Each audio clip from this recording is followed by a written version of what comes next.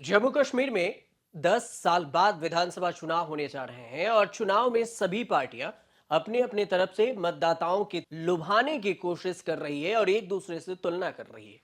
अब बीजेपी ने 6 सितंबर को जम्मू कश्मीर विधानसभा चुनाव के लिए घोषणा पत्र जारी किया। इस घोषणा पत्र में बीजेपी ने पिटारा खोल दिया है। गृह मंत्री अमित शाह ने कहा कि कॉलेज छात्रों को हर साल 3,000 रुपए यातायात भत्ता दिया जाएगा। 10वीं क्लास में पढ़ने वाले स्टूडेंट को टैबलेट और लैपटॉप मिलेगा। 5 लाख रोजगार दिए जाएंगे।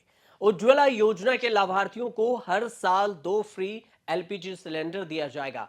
अटल आवास योजना के जरिए भूमिहीन लोगों को 5 मरला जमीन मुफ्त दी जाएगी। परिवार के वरिष्ठ महिला को 18,000 रुपए दिए जाएंगे। अमित शाह का पहले बयान सुनिए, उसके बाद आपको मैनिफेस्टो के बारे में विस्तार से बताएंगे। प्रधानमंत्री सूर्यघर मुफ्त बिजली योजना में केंद्र की राशि में पर हाउस पर घर 10,000 रुपए की सब्सिडी राज्य की ओर से जोड़ी जाएगी। वृद्धावस्था, विधवा और विकलांगता का जो पेंशन है उसको हम 1,000 से बढ़ाकर 3,000 करेंगे। सरकारी मेडिकल कॉलेज ढेर सारे बनाए, सीटें बढ़ाई है, मगर अब हम चाहते हैं कि बाहर के बच्चे भी यहां पढ़ने आए, तो अतिरिक्त 1,000 नई सीटों की बढ़ोतरी सिर्फ आने वाले 3 साल के अंदर भारतीय जनता पार्टी की सरकार करेगी।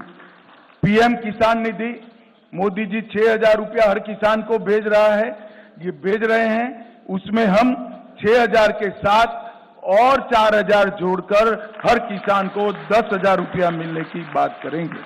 कृषि गतिविधियों के लिए बिजली दर को 50% कम कर कृषि गतिविधियों में एक्टिविटी बढ़ाने का प्रयास करेंगे। जम्मू कश्मीर की आरक्षण नीति का पालन करते हुए सामान्य कोटा को प्रभावित करे बगैर अग्निवीरों को 20% कोटा देकर उसमें जम्मू कश्मीर के अग्निवीरों को हम प्रायोरिटी देंगे। बीजेपी ने अपने मैनिफेस्टो में जम्मू कश्मीर के युवाओं के लिए, खासकर अग्निवीरों के लिए 20% रिजर्वेशन राज्य सरकार की नौकरियों के लिए रखा है। साथ ही ऐलान किया कि ये सारी सुविधाएं आपको मिलेगी। बीजेपी के संकल्प पत्र की 7 सबसे बड़ी बातें हैं।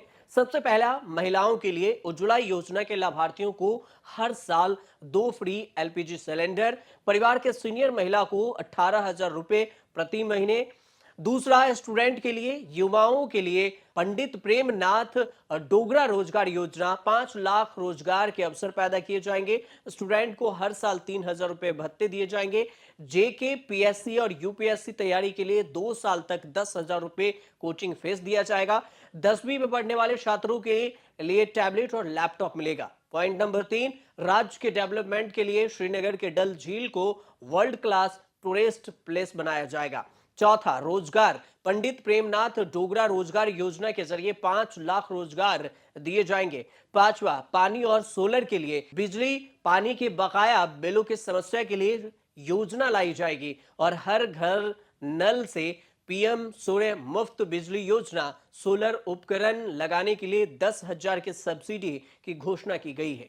छठा, संविदा और दैनिक वेतनभोगी कर्मचारियों के लिए भी नई नीति लाएगी सरकार। सातवां, किसानों के लिए है, पीएम किसान सम्मान निधि में 10,000 दिए जाएंगे और 6,000 रुपए में अतिरिक्त 4,000 शामिल किए जाएंगे। खेती के कामों के लिए बिजली दरों में 50% की कमी होगी और अटल आवास योजना के जरिए भूमिहीन लोगों को 5 मरला जमीन मुफ्त में दी जाएगी। ये 7 चीजें हैं जो मुख्य बातें बीजेपी के मैनिफेस्टो में है। इस सब के सिवाय गृह मंत्री अमित शाह ने धारा 370 को लेकर भी बयान दिया। शाह ने कहा कि जम्मू कश्मीर भारत का है, था और रहेगा। 10 साल में राज्य का विकास हुआ और हो रहा है।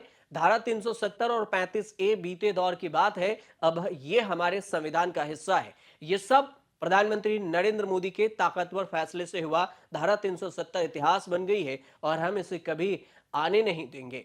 अमित शाह ने कहा कि हम उमर अब्दुल्ला को गुज्जरों और बकरवालों और पहाड़ियों में आरक्षण छीनने नहीं देंगे। कश्मीर घाटी में कानून व्यवस्था की स्थिति में बड़ा सुधार हुआ है और अब कोई पत्थरबाजी नहीं हो रही है। हमने जम्मू कश्मीर में आतंकी परिस्थिति और इसके आतंकी जो तंत्र थे उस पर भी लगाम लगाए।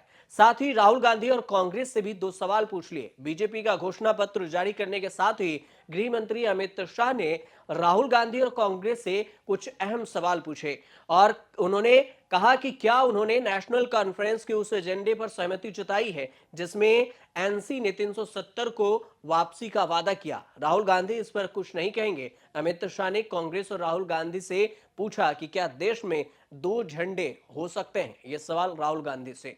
आपको बता दें कि जम्मू कश्मीर में विधानसभा की 90 सीटें हैं, इनमें से 47 सीटें घाटी और 43 सीटें संभाग के। 18 सितंबर और 25 सितंबर 1 अक्टूबर 3 फेज में चुनाव होने हैं।